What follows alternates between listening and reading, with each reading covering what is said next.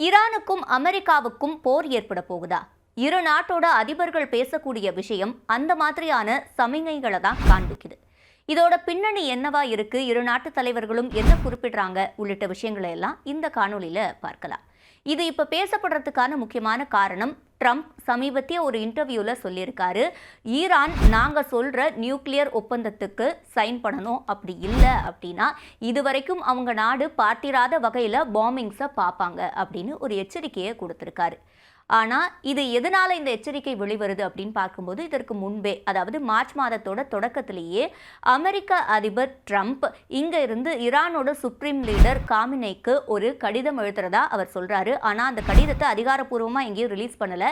இந்த மாதிரி நாம் ஒரு நியூக்ளியர் டீலுக்கு ஒப்பந்தத்துக்கு வந்துடலாம், அப்படி இல்லை அப்படின்னா மிலிட்ரி வைஸ் நாங்கள் அந்த ஒப்பந்தத்துக்கு உங்களை கொண்டு வருவோம் அப்படின்ற ஒரு எச்சரிக்கையோடு அந்த கடிதம் அனுப்பப்பட்டதா யூஎஸ் தரப்புல இருந்து சொல்லப்பட்டுச்சு.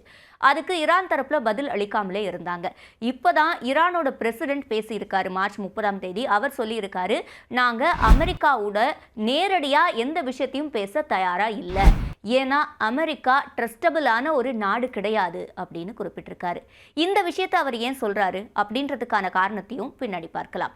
அது மட்டும் சொல்லலை, நாங்கள் நேரடியாக எந்தவித டாக்ஸ் நெகோசியேஷன்ஸ்க்கும் ஒத்துக்க மாட்டோம், ஆனால் இது வேறு ஒருத்தர் மூலமாக, அதாவது இரு தரப்புக்கும் இடையே ஒருத்தர் நெகோசியேட் பண்ணுறது மூலமாக இது நடைபெறுவதற்கான வாய்ப்புகளும் இருக்கு. ஆனால் இரு தரப்புல இருந்துமே ஹார்ஷான கமெண்ட்ஸ் தான் கொடுக்குறாங்க. அது மட்டும் கிடையாது, ஈரான் தரப்புல இருந்து மிசைல்ஸை எல்லாம் அவங்க ரெடி டு லான்ச் மோட்ல வச்சிருக்கிறதாகவும் சொல்லப்படுது. அது மட்டும் கிடையாது, ஒரு வீடியோவையும் ரிலீஸ் பண்ணியிருக்காங்க. அவங்க கிட்ட என்ன மாதிரியான மிசைல்ஸ் இருக்கு, அதை எப்படியெல்லாம் அங்க இருக்கக்கூடிய மிலிட்ரி பர்சன்ஸ் பாதுகாக்கிறாங்க, அது எந்த அளவுக்கு கேப்பபிலிட்டி வாய்ந்தது அப்படின்ற விஷயங்கள் எல்லாம் அங்க இருக்கக்கூடிய மீடியா மூலமா ரிலீஸ் ஆயிட்டு வருது. அது மட்டும் கிடையாது, அமெரிக்காவில் ஒருவேளை அவங்க தாக்குதல் நடத்தினா அவங்க டார்கெட் பண்ணக்கூடிய முக்கிய இடங்கள் என்னென்ன அப்படின்ற ஒரு பட்டியலையும் அவங்க வெளியிட்டதா அங்க இருக்கக்கூடிய மீடியா சொல்றாங்க. அப்போ இது எல்லாமே போர் ஏற்படும் ஒரு சூழலை குறிக்கக்கூடிய அறிகுறியாக தான் இருக்குது அப்படின்னு தான் எல்லாரும் பார்க்குறாங்க.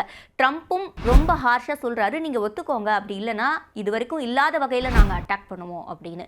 இந்த நியூக்ளியர் டீல் என்ன அப்படின்னு நம்ம பார்த்தோம்னா, 2015ஆம் ஆண்டே ஈரான் ஒரு நியூக்ளியர் டீலில் சைன் பண்ணாங்க. இதில் அமெரிக்காவும் இருந்தது. அதன்படி ஈரான் அங்கே நடக்கக்கூடிய விஷயங்கள், முக்கியமாக சொல்லணும்னா யுரேனியம் மாதிரியான விஷயங்களை எல்லாம் அவங்க எப்படி பண்ணுறாங்க, அது மூலமாக என்னென்ன விஷயங்களை தயார் பண்ணுறாங்க அப்படின்ற ஒட்டுமொத்த டீட்டெயிலாக அவங்க கொடுக்கணும். அது மட்டும் கிடையாது, அதோட தயாரிப்பு தன்மை, அதாவது அது மூலமாக வெப்பன்ஸ் எதையும் அவங்க பண்ணாமல் எதெல்லாம் அவசியமோ அதெல்லாம் மட்டும்தான் பண்ணணும் அப்படின்ற மாதிரியாக தான் அந்த டீலில் அவங்க ஒத்துக்கிட்டாங்க. அதனால் இது வரைக்கும் ஈரான் கிட்ட நியூக்ளியர் வெப்பன் கிடையாது அப்படின்றது தான் ஒரு அதிகாரப்பூர்வமான தகவலாக இருக்குது. ஒருவேளை அவங்க கிட்ட இருக்கலாம், ஆனால் அதை பற்றி எந்தவித அதிகாரப்பூர்வ இன்ஃபர்மேஷனும் ஈரான் கொடுக்கல. அதே மாதிரி அந்த டீல்ல இதெல்லாம் ஈரான் பண்ணாங்க அப்படின்னா ஈரான் மேல இருக்கக்கூடிய சாங்ஷன்ஸ், அதாவது பொருளாதார தடைகளை, நிறைய தடைகள் இருக்கு, அது எல்லாத்தையும் அமெரிக்கா திரும்ப எடுத்துக்கும் அப்படின்னு சொல்லி தான் அந்த ஒப்பந்தம் கொண்டு வரப்பட்டுச்சு. ஆனால் ட்ரம்ப் ஆட்சிக்கு வந்ததும் 2018ஆம் ஆண்டுல எந்தவித முன்னறிவிப்பும் இல்லாமல் அந்த டீல்ல இருந்து நாங்கள் பின்வாங்குறோம்னு சொல்லி அறிவிச்சிட்டாரு. அது மட்டும் இல்லாமல் அந்த நாட்டுக்கு பொருளாதார தடைகளையும் விதிச்சிட்டாரு. இது எக்கனாமிக்கலி ஈரானை ரொம்ப பாதிப்புக்கு உள்ளாயிடுச்சு. அதனால தான் இப்போ ஈரானோட பிரசிடென்ட் குறிப்பிட்டு சொல்றாரு, நாங்கள் அமெரிக்காவை ஒரு ட்ரஸ்டபிள் கண்ட்ரியாக பார்க்கல அப்படின்ற வார்த்தை அவர்கிட்ட இருந்து வரத்துக்கான பின்னணி இதுதான். இப்போ இந்த ஒரு சூழலில் தான் ட்ரம்ப் இப்போ திரும்பவும் நியூக்ளியர் டீல் தேவை அப்படின்னு சொல்கிறாங்க. சரி, ஒருவேளை இதுக்கு ஈரான் ஒப்புக்கொள்ளலை அப்படின்னா என்ன நடக்கும் அப்படின்னா, நிச்சயமாக ரெண்டு பேருக்கும் போர் நடக்குது அப்படின்னு வச்சுக்கிட்டாலும் கூட ஈரான் கிட்ட என்ன இருக்குன்னா மிசைல் கேப்பபிலிட்டிஸ் அவங்களோடது எல்லாமே ரொம்ப அட்வான்ஸ்டாக இருக்குது அப்படின்னு குறிப்பிட்றாங்க. அதாவது 2000 கிலோமீட்டர்களை தாண்டியும் வெகு துல்லியமாக சிறப்பாக தாக்கக்கூடிய மிசைல்ஸ் எல்லாம் அவங்க கிட்ட இருக்குது அப்படின்னு குறிப்பிட்றாங்க. அது மட்டும் கிடையாது, வெஸ்ட் ஏஷியா, ஐரோப்பா இங்கே எல்லாமே தாக்கக்கூடிய அளவுக்கு அவங்க கிட்ட மிசைல்ஸ் கேப்பபிலிட்டிஸ் இருக்குது. இது தவிர ப்ராக்சிமிலிட்டாஸ்னு சொல்லுவாங்க, அதாவது நம்ம இஸ்ரேல் போர்லேயே அதை பற்றி பார்த்துருப்போம். ஹமாஸ், ஹெஸ்புல்லா, ஏமனில் இருக்கக்கூடிய அமைப்பு, இவங்க எல்லாருமே ஈரானுடைய கட்டளையின் பேரில் தான் செயல்படுறாங்க அப்படின்னு கூட சில தகவல்கள்லாம் நம்ம முன்னாடியே பார்த்துருப்போம். அந்த அமைப்புகள் எல்லாம் இப்போ யூஎஸ்க்கு எதிராக போரிடுவதற்கான வாய்ப்புகள் இருக்குது. இவங்களோட ஹெல்ப்பை ஈரான் எடுக்கலாம், அந்த மாதிரியான வாய்ப்புகளும் இருக்கிறதா சொல்லப்படுது. அப்போ இரு தரப்புலையுமே ரொம்ப ஃபியூரியஸான ஒரு விஷயம் இருக்கும் அப்படின்றத பார்க்கலாம்.